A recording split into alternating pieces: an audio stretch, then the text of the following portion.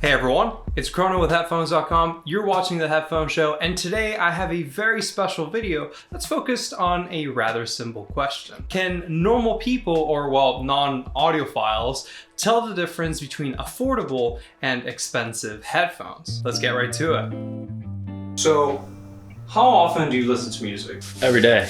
Many hours every day.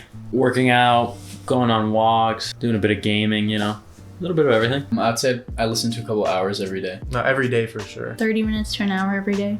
Oh, so not a lot then. I feel like that's a decent amount. What are your favorite genres or artists? Rock and roll, blues, Joe Bonamassa, John Mayer. John Mayer for sure, number one. Good choice. JM, Dave Matthews Band's in there. Tedeschi Trucks. Pretty much everything, but I think I like more alternative indie, maybe. I just said indie, and now I'm gonna say Hozier. Okay, that's not indie, but I really like Hozier. Alabama Shakes. Rock. I listen to Latin music as well. I like Radiohead. Now, when you listen to music, is the gear you listen to anything you think about?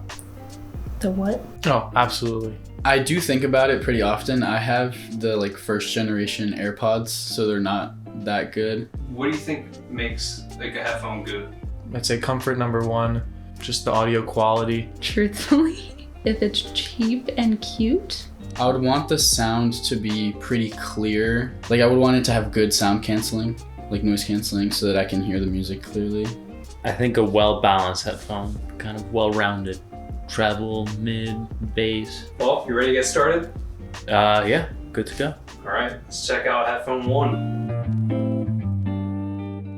Okay, so you got the blindfold now. I will now hand you headphone number one. Very light. I like that. Decent, I think. They feel good. The band seems pretty comfortable. It feels all right quality, but I mean the build itself feels a bit flimsy, I think. Feel a little cheap at first because of the weight and also just the plastic material on the sides. I think the voices sounded really clear. I could hear the singers really well. Slight tinny.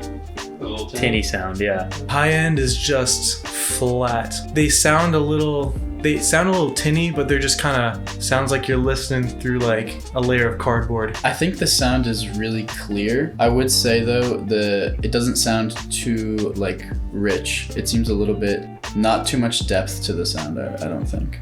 I know the dynamic range of this recording. You're not getting everything through these headphones. Where would you put this? What price range? I'm gonna get ripped to shreds. I feel like it's $150 maybe. $300. $99.99, right under hundreds. Low mid-range, probably. All right, so would that be 150 to 300? Oh, I hope not.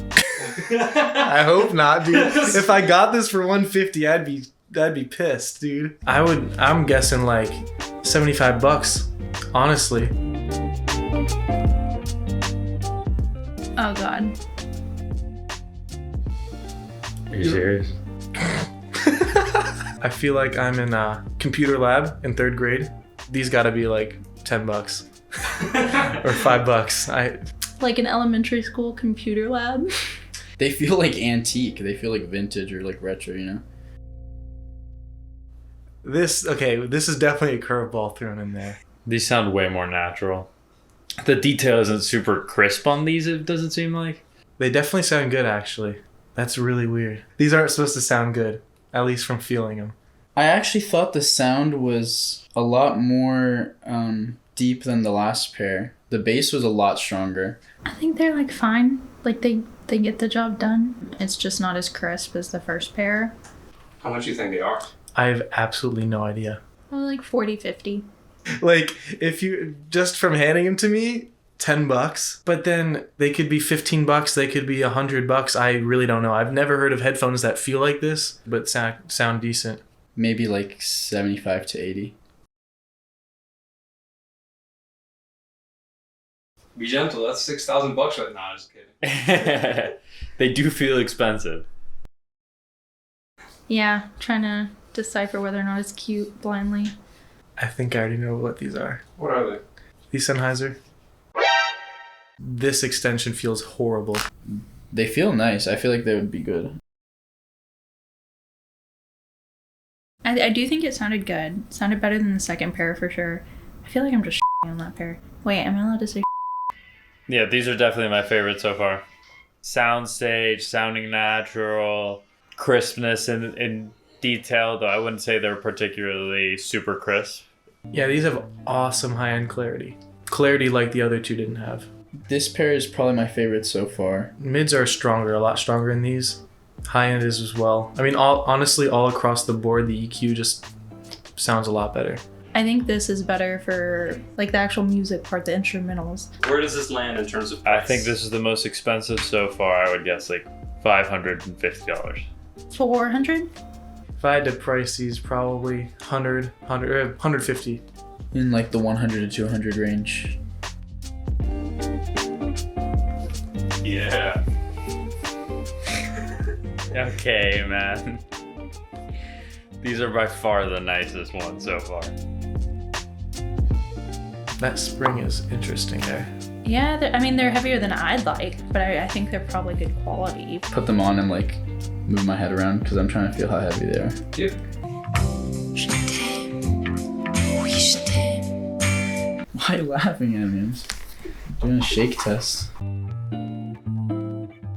High mids on these are definitely a lot stronger than all the other headphones, but overall clarity and like separation between instruments in this is awesome. Oh, wow.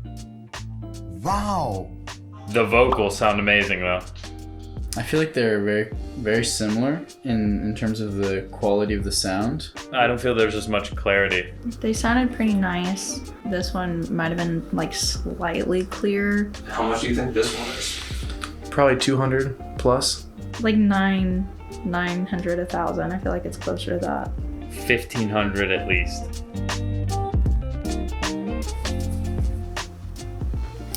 These feel expensive as well. Okay. Well, first off, these feel awesome in terms of build quality. They are heavy. I don't like that they're heavy. And they feel really well built. No, I don't love the pad material, actually. Definitely the flattest EQ. In a good way, though. I think this had a really good balance, like in terms of sound. Like I think I could hear everything equally. I feel like these sound brighter. I mean, in comparison to the first two, I would say these, I would put these like into the category of the more expensive ones. I like headphone number 3 and 4 the most, I would say. Maybe it's because that's like the first track that I fully listened to that you recommended, but these sound really, really good. Soundstage is super wide. How much do you think this headphone is? I'd have to guess probably 300 plus, like 350. I think like 4 grand maybe. I don't know. I feel like these could be upwards of like 200, maybe even like 250. Okay, so now you listen to all the headphones. Mm-hmm. How would you rank them from least favorite to favorite? Overall, least favorite headphone 1.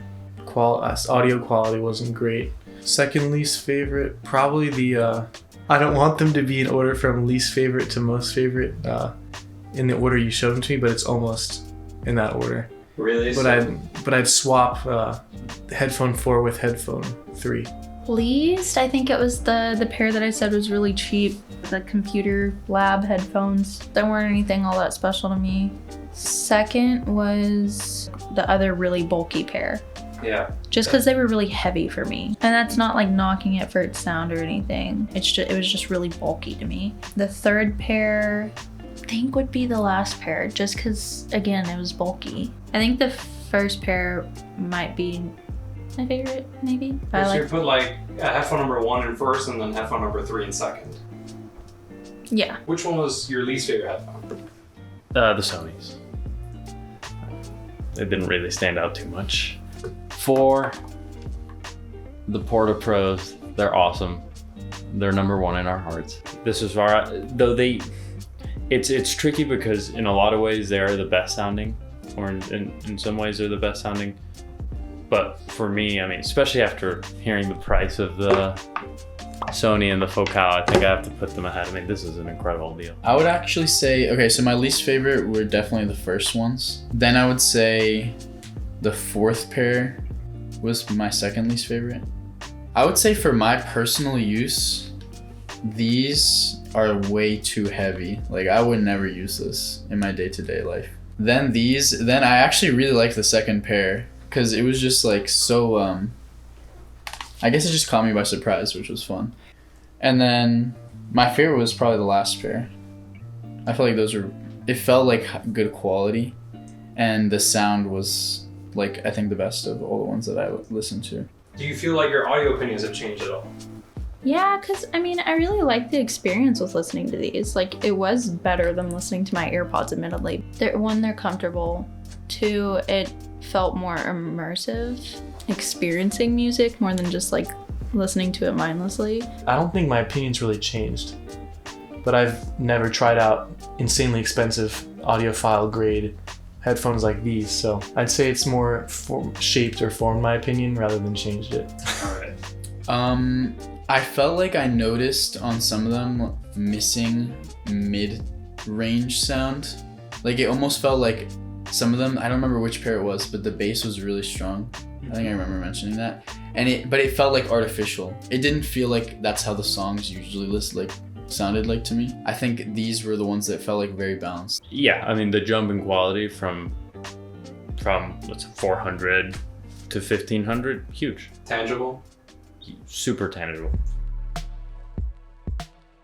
Okay, so it definitely took a hot minute getting all of that put together, but I do think that the result is interesting. While the Sennheiser HC650 and Susvara were as popular as I expected them to be, I was actually quite surprised by what guided my friends' opinions most as they tried out the different headphones. You know, when listening to music, audiophiles tend to focus on very little details and changes in acoustic presentation that aren't always the most obvious or apparent, especially on a quick listen like my friends were doing today. You know, and these could be things like the headphone soundstage or their detail retrieval, which by the way are the qualities that not always, but most of the time do tend to get better as the price of the headphones increase. So, you know, as we saw in the test, my friends did mention things like detail and clarity when talking about the headphones, crispness, how open they sounded, and how spacious they were. They also commented on other listening aspects of the headphones, like their timbre. So, you know, while I do think that comfort, convenience, and tonal balance were still at the top of their priority list for what they like to see in a headphone, they didn't neglect the other qualities that do tend to be better on high-end headphones like the ones they tried today. So, the end result? Not the most scientific experiment, but I do think that people can tell the difference between affordable headphones and expensive ones. So hopefully someday we'll see more of these listening qualities married with the convenience of something like Sony's headphones so that everybody can get a better listening experience.